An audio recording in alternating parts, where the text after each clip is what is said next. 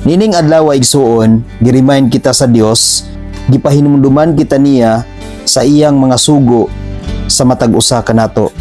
Sa iyang gusto nga maoy atong buhaton nining nga kalibutan. Tungod kay nasayod kita sa sugo sa Dios, nasayod kita sa mga kabubuton sa Dios, apan daghan gayud kaayong katawhan nga naglapas niini. Gusto sa Dios kapahinumduman kita. Nagingon ang iyang pulong sa unang Juan 3 bersikulo 24. Ang nagtuman sa mga sugo sa Dios, anaa sa Dios, ug ang Dios anaa kaniya. Ug masayra nato nga ang Dios ania kanato, pinaagi sa espiritu nga iyang gihatag kanato.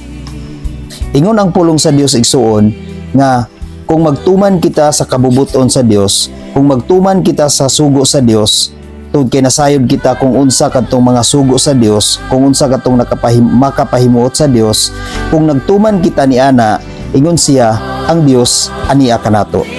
O kita iya sa Dios. But pasabot nga kung wala kita nagtuman sa kabubuton sa Dios, kung wala kita gabuhat sa mga butang nga uyon sa kabubuton sa Dios, kung wala kita magtuman sa sugo sa Dios, kung wala kita nagpahimuot sa Dios, but pasabot wala kita nahiusa sa Dios. O dili kita iya sa Dios.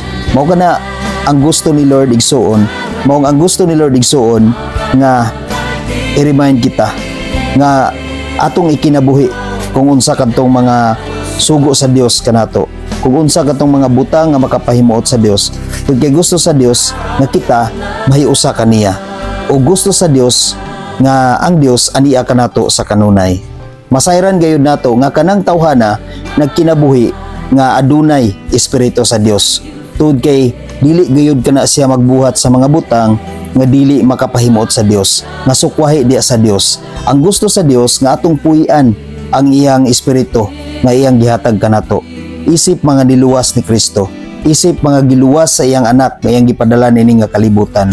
Gusto sa Dios nga atong puy-an ang atong pagdawat ni Kristo.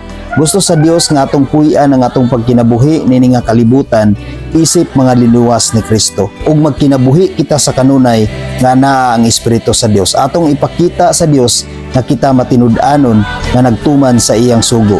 Atong hinumduman nga kung ang Dios ania kanato, sa kanunay makapahimuot gyud kita kaniya. Amen. God bless sa tanan.